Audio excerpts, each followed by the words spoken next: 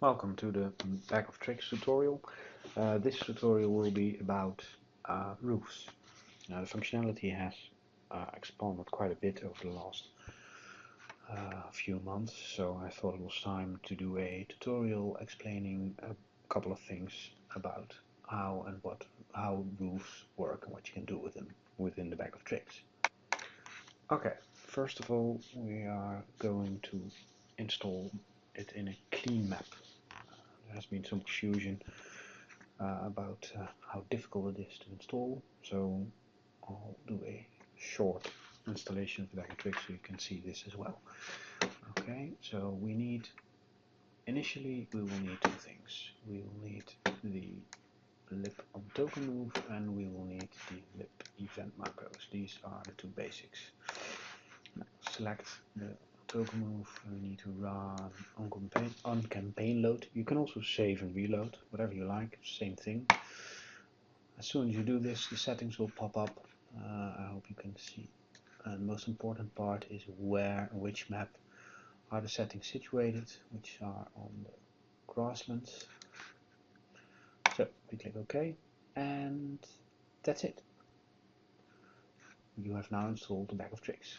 Now in the chat you can see what works and what doesn't, because if you want additional functionality, so for example, following states are currently not in this campaign, is button is used to operate doors, so because it's not there it won't work. Okay, we're going to ignore that for now. Now there's one button of the Bag of Tricks I would like to keep handy, and that's this big one, and the rest I don't need anymore, so we're going to remove this, make this a bit smaller. We have this one too, so we can actually start doing something with roofs. Now for the one thing you do need with roofs, and it states here is clearly as well, you will need to install a table. So we're going to do that as well. Window, tables, import table, Bag of Tricks, table, open, and that's it. Okay, so now we can start playing with roofs. Now, the first is very simple. Go to the object layer, drag a roof onto the map. Here we have one. It's also nice to have a hero. So let's take a hero. You should not drag on the object layer, but on the token layer. The map. Let's set vision to day. Give the hero some sight. Make it PC. No vision. Okay. So now we have a couple of things installed. Now this roof is currently not doing anything. If I move the hero on it, nothing will happen. However, if I go back to this nice button, I should just drag it out. Oh no, it's not working. Never mind. We get the Bag of Tricks menu, and from here we're going to initialize paths. It's a bit big, but this is the result. It found one map with one token, roof 2, and it's now initialized. So when I now move the hero on top of it, you will see that it acts as actual roof. Now there are three, more or less, types of roofs. I'm going to zoom out a bit. You have the roof. The second type is, I'm going to explain this one as well. You have canopy, make it a bit smaller, and you have foliage. Something big. Okay, foliage. Now these three all act like roofs, but a slight bit different. Now, first of all, the foliage I can show you. First of all, we will need a tree trunk. So we're going to grab a tree trunk. We need this one for the canopy. If you're wondering where it is, here it is. And you have to put it on the object layer. Set size to 3, doesn't really matter, but by setting the size to 3 you can actually see it. Okay. Next thing we need to do is choose trunks. Just run the macro. Okay. If you have a lot of trunks, you can you get a list here, and you can select which one you want to use for the canopy. So now this installation is done. We can do initialize pads again. Now it will find 3 things. It will find the roof again, foliage, and canopy. The numbers you see here are the identifiers I used. So go to object, roof 2, canopy 1, foliage 1. If I do initialize pad, you see roof 2, foliage 1, canopy 1. So what happens?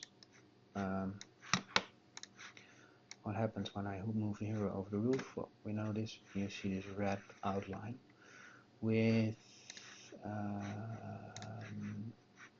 foliage. It acts the same, but without the red outline. And canopy has the nice feature that it automatically swaps for a tree trunk, which is why you need a tree trunk installed before you can use the canopy option. That's basically it. That's the basics about roofs. Okay. Now we want something a bit more advanced. So lately I had a couple of situations where I liked a little bit different roof. To be exact, I'm going to do this one. I don't need it anymore. So, which is this type of roof.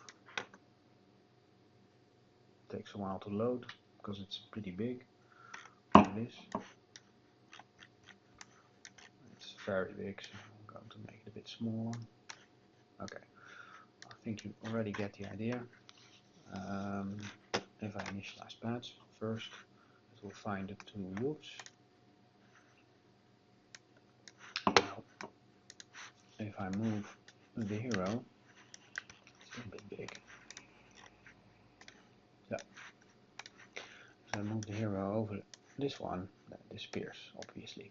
But if I move the hero here, it disappears as well, and it shouldn't. So I came up with the idea of linked tokens, which works as follows. I'm going to grab a couple of pictures again. Actually don't need that many, but okay. Now one thing which is important to remember when using roofs is that you cannot rotate them. That won't work. And I'll show you why what doesn't work. I'll probably get an error now because I meddled with the pads.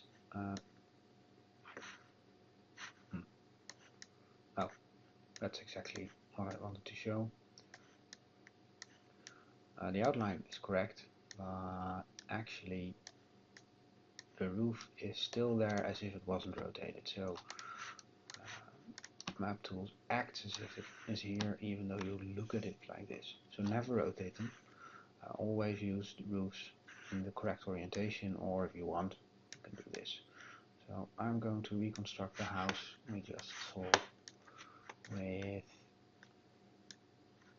a couple of extra roofs. Let's do it a bit better. It's roughly like this. Okay, so we need to initialize pads again. Every time you change anything, if you delete a pad, add one, you need to run it again. Because the bag of tricks keeps a database of all the pads. If it's missing one, you will get an error.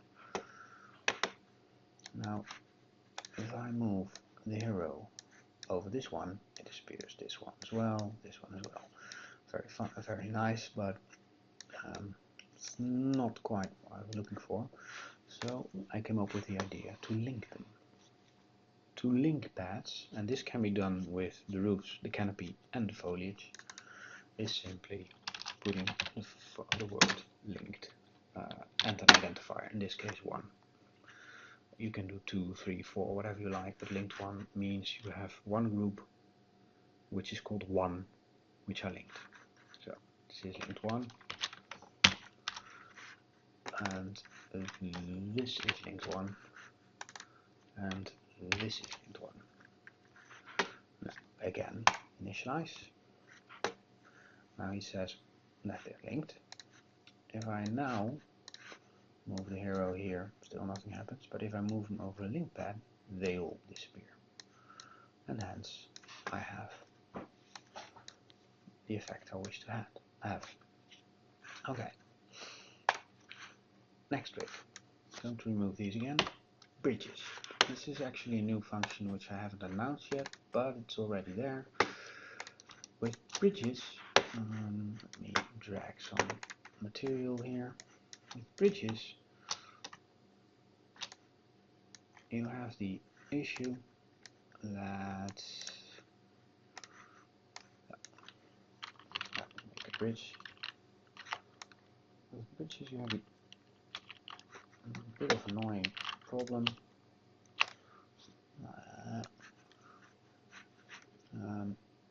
That if you move over them in one direction, then they disappear like they should. Let me show. I've named these roofs. You can walk beneath them. So if I initialize pads again, it will find roof 1, 2, 3, I think. Oh, it's snapped to grid. It doesn't like that. No, it's also well. The initialize pads already tell you this, so it's something to keep in mind. We don't have to reinitialize. If I move here, it disappears. You know the drill. Now I'm going to link these again.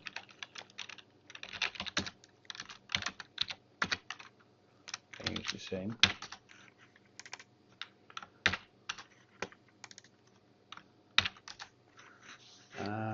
Initialize them. Oh. Okay. And again, if I move the hero over the bridge, or under the bridge I have to say, then the bridge disappears. Exactly what you would expect. However, were I to walk over the bridge, then it shouldn't disappear. But it does. So I've added the function bridge, for lack of a better name. As the one difference with moving this direction and this direction is that I'm moving over these pads here. These pads I have already, they're actually stairs, but I call them bridge for the simple reason that bridge is also a special name. If I link these as well,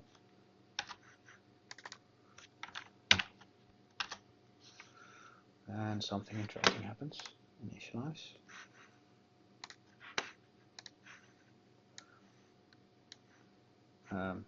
Darn.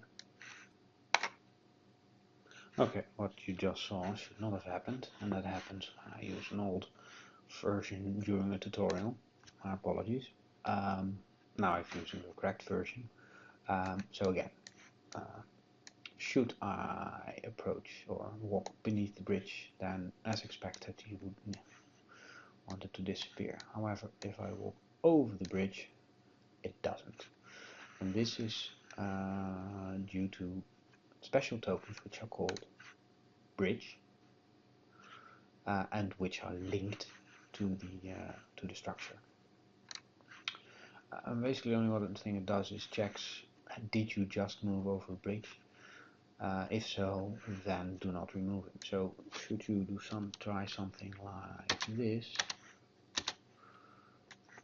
then it will also not remove. Sorry.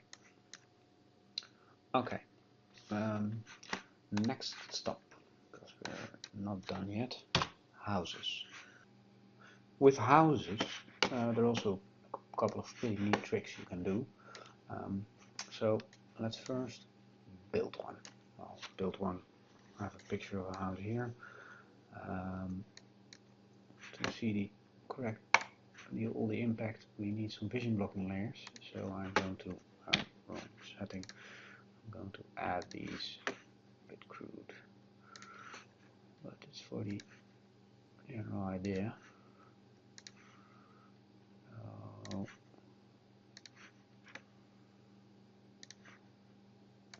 And now we have vision blocking layer applied. Let's use our test token. Well, as you can see, it works nicely. No door openings yet. Actually wondering where the door opening is. Here it is at the top. So let's remove that part for later. Okay, so now we can look inside. Right. Now, one of the issues you have with roofs on buildings is that now I have applied this vision blocking layer, and if I turn on the fog of war, so clear it, and for a player, this looks like, where is my player? Here it is. This is what it looks like. Okay, back to the DM view. So if I now were to add a roof, let's pick this one here. I need to go to object layer first. So, and while I think of it, let's put the house in the back. So move that to the background and put the roof over the house. Now this looks all pretty neat, but for a player it looks like this. A bit boring. So to do something like this, I came up with the idea. No, it's actually the player. I came up with the idea to save the vision blocking layer of the house and apply it or store it in the roof. Now, how do you do this? This works as follows.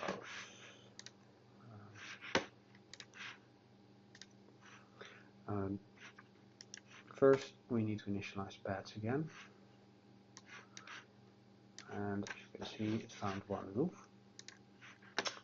And the next thing we need to do is we're going to set the roof. Now, to set a roof, there's maybe a function I will remove later, but to set a roof, you will need doors. As you can see, there are no doors set on this map. So we're going to add a door. I think it is over here. Let's do this the right way. Put it over there. So now we have a door over here. However, as you noticed from early on, to be able to use doors, you need to add a couple of things. So we continue with the installment which we started earlier, and we start adding some states. What I need to add is the state locked. We also need the state is button, but we're not going to use it, so I'm going to leave that state locked. So locked add. There it is. Okay. And if everything's alright, then now we should be able to set up a door. Yeah, you can see the input. Okay, door options, I'm going to ignore this. This is not a tutorial about doors. Basically, we want to let it turn outside, which is anti-clockwise. So anti-clockwise, most settings are usually okay, so I'm going to leave that. VBL option is interesting, but it's also set already. Use vision blocking layer for door. Open door fully when used. Okay, so now if I select the door and I toggle it, and it opens, and toggle it again, it closes. Now the interesting thing is, you can see, maybe going a bit fast. Come on. So I can show it again. Vision blocking layer here is nicely closed. Now when I open it, then the vision blocking layer is also removed. Useful. Okay, so it now has a door. We're going to put back the roof like this. It's good to just have the door a little bit visible. Okay, it's on top of the roof. It's fine in this case. Now, vision blocking layer again. You can see the rooms here.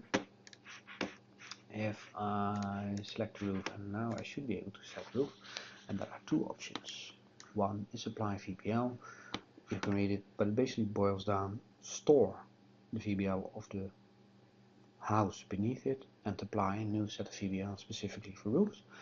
And link doors. This is a nice feature which forces player to enter a house through the door, which you can also lock, by the way. We'll get to that. So what do we have now? If I turn the vision blocking layer again on, it's a bit hard to see, but you can see it now. It's a cross. So to a player, forward back on, and let's take player view. It looks like this. Much better. Okay, I changed the vision settings of the map a bit because it became a bit sluggish to the VBL. But anyway, as you can see, or as a player can see, it now shows as a house with a roof. If I move, let's do this as a player, inside the house, oh, here you can already see, you can enter the building through one of the doors. This is player only. As a DM, I can simply move into the house. Now, what you might not immediately notice is that the VBL has changed from the cross back to the room view. A GM can move anywhere he likes. A player, however, is forced back and can only enter through the door. Okay, voila. And here again, the VBL changes immediately. If you also want the fog of war reset it on entrance, that's possible, but this tutorial is not about that. And I think that's about it. Thank you for watching, and until next time.